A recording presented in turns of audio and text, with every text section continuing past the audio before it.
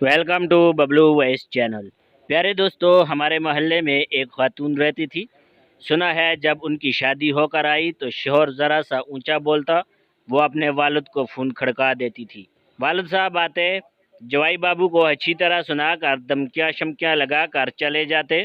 बेगम गर्दन अकड़ा कर फिरती। वक्त आगे गुजरा, बच्चे हो गए और उनके वालिद फौत हुए तो भी शोहर ज़रा सा कुछ कहते, भाइयों को बुलाकर रगड़ाई करवा देती। मैका उनका ज़रा तगड़ा था तो शोहर दुम साध लेता। भाइयों की शादियां हुई तो उन्होंने बहन के बुलाने पे आना छोड़ दिया। तब तक बच्चे बड़े हो गए तो शोहर में दम हम था। अभी जब भी तू मैं होती, अपने बेटों को आगे कर देती। शोहर मशूम फिर चुप करके रह जाता था। बहुएं आ गई, बेटों में बदलाव आ गया। फिर एक दिन शोहर उन पे दाड़ रहा था। बेटों को आवाज़ दी, कोई ना आया। दोबारा आवाज़ दी, तब भी कोई ना आया। कि माँ के रोज़ के यही ड्रामे हैं।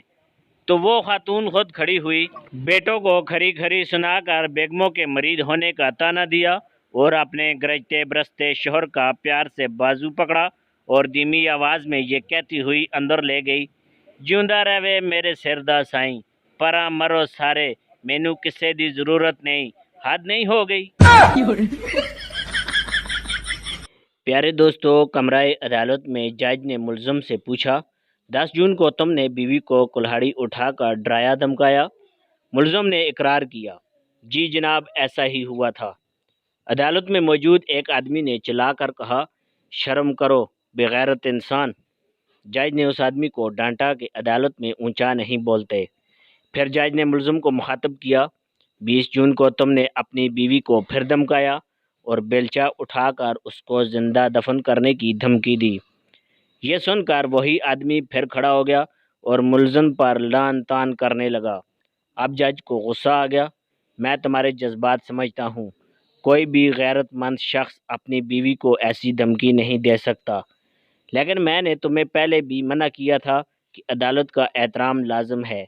अब तुम बोले तो तुम पर तौहीन अदालत लगा दूंगा। वो आदमी गोया हुआ, जनाब, आप नहीं जानते ये मुलज़म कितना मक्कार और झूठा है। मैंने कई बार इससे कुल्हाड़ी और बेलचा उधार मांगे, इसने कहा कि इसके पास ये चीज़ें नहीं है। मुअज़्ज़ज़ सामीन ग्राम, एक ज़मींदार को शलजम बहुत पसंद थे। वो बाकी सब्ज़ी की जगह यही काश्त करता और घर में भी बस यही पकता था।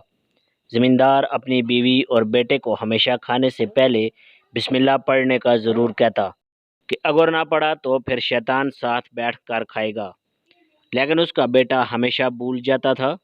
आखिरकार एक दिन तंग आकर शैतान उसके बेटे के सामने आया और उसे एक ज़ोरदार चपेड़ मार के बोला, ओए जालमा, ओए बदबख्ता, कदी ते बिस्मिल्लाह पढ़ लिया कर, शलजम खिला खिला के मैदे दा बेड़ा गर्क कर देता ही।